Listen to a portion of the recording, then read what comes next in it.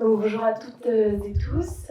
Donc moi, c'est Maïssane Lamanès, je suis enseignante d'histoire-géographie au lycée général de Vosgelin. Je vais d'abord vous parler du coup de mon parcours de formation et ensuite je reviendrai sur le métier d'enseignant. Donc j'ai fait un bac économique et social. Après ce bac, j'ai fait une licence d'histoire à l'UGA.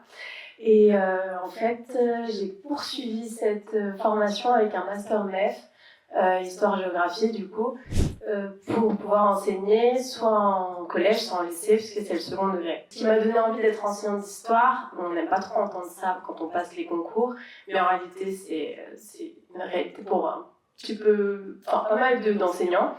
Moi c'est une enseignante d'histoire, du coup je reviens à ça, qui m'a donné envie d'être prof.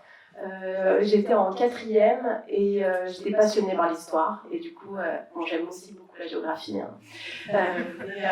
Voilà. Donc ça, c'était pour mon parcours de formation assez rapidement. Pour moi, les compétences essentielles pour être un bon enseignant, une bonne enseignante, c'est d'être très rigoureux et rigoureuse.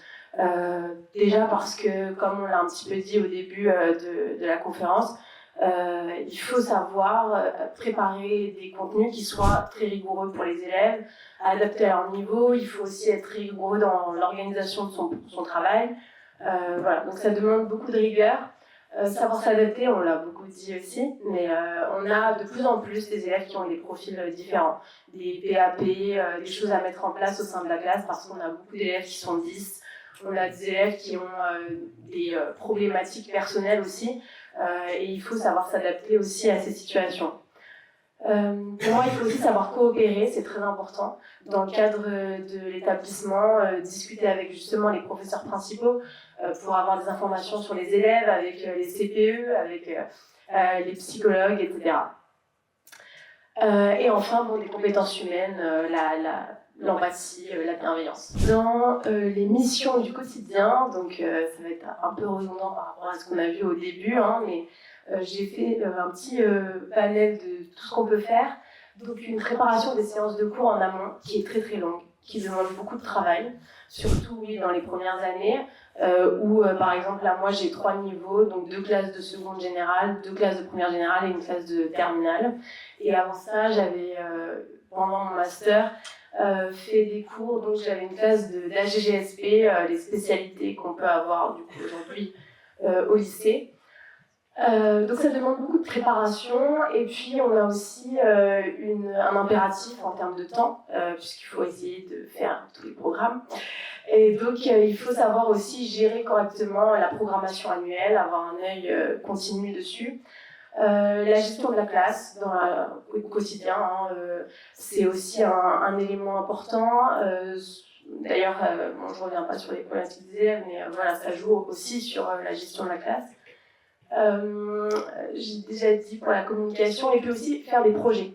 Je trouve que c'est important aussi de mener des projets dans l'établissement avec les élèves pour un petit peu diversifier nos pratiques. Et tout à l'heure j'avais mis, donc là vous avez une photo en fait d'un projet que j'ai mené cette année avec la professeure documentaliste. Là aussi du coup ça vous montre que c'est important aussi de coopérer avec d'autres membres de la communauté éducative au sein du lycée et puis des collèges. Là, donc, c'était une classe de seconde avec qui on a préparé la venue d'une autrice de BD dans le cadre de l'EMC, donc l'enseignement moral et civique. Et donc, l'objectif, c'est de travailler sur les libertés. Donc, on a travaillé sur cette œuvre, cette BD. Voilà. Donc, pour moi, c'est important de faire des projets pour continuellement proposer des activités différentes aux élèves.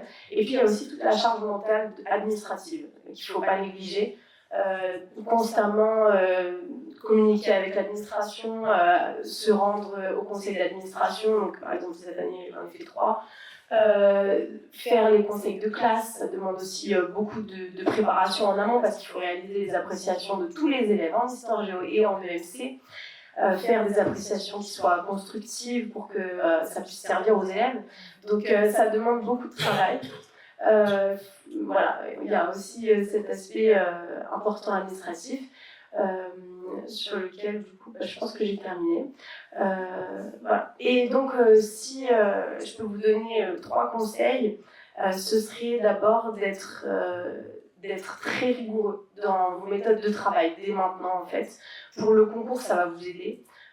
Et puis pour après, parce qu'en fait, il faut être rigoureux pour préparer les cours, pour, comme on l'a dit, gérer un emploi du temps qui soit pas trop prenant sur la vie personnelle. Et puis de s'intéresser à la façon dont on est recruté. Parce que parfois, vous pouvez peut-être passer le concours et voilà, la désillusion de partir à Créteil. Alors, je pense que voilà, c'est important de savoir qu'on peut être mobilisé n'importe où. Et donc, il faut l'accepter quand on prépare le concours pour ce métier. Voilà. Et mon dernier conseil, surtout, c'est de faire des stages. Parce que moi, j'ai fait un stage en L3, donc dans un collège REP à Grenoble, au collège Vercors.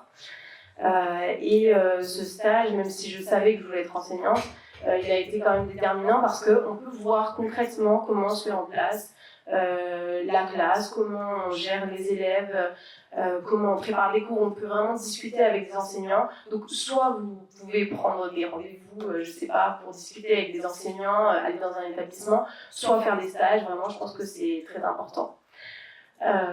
Voilà. Et en termes de perspective, donc évidemment, on a des possibilités d'évolution assez importantes. Voilà, être inspecteur, être dans la direction, etc.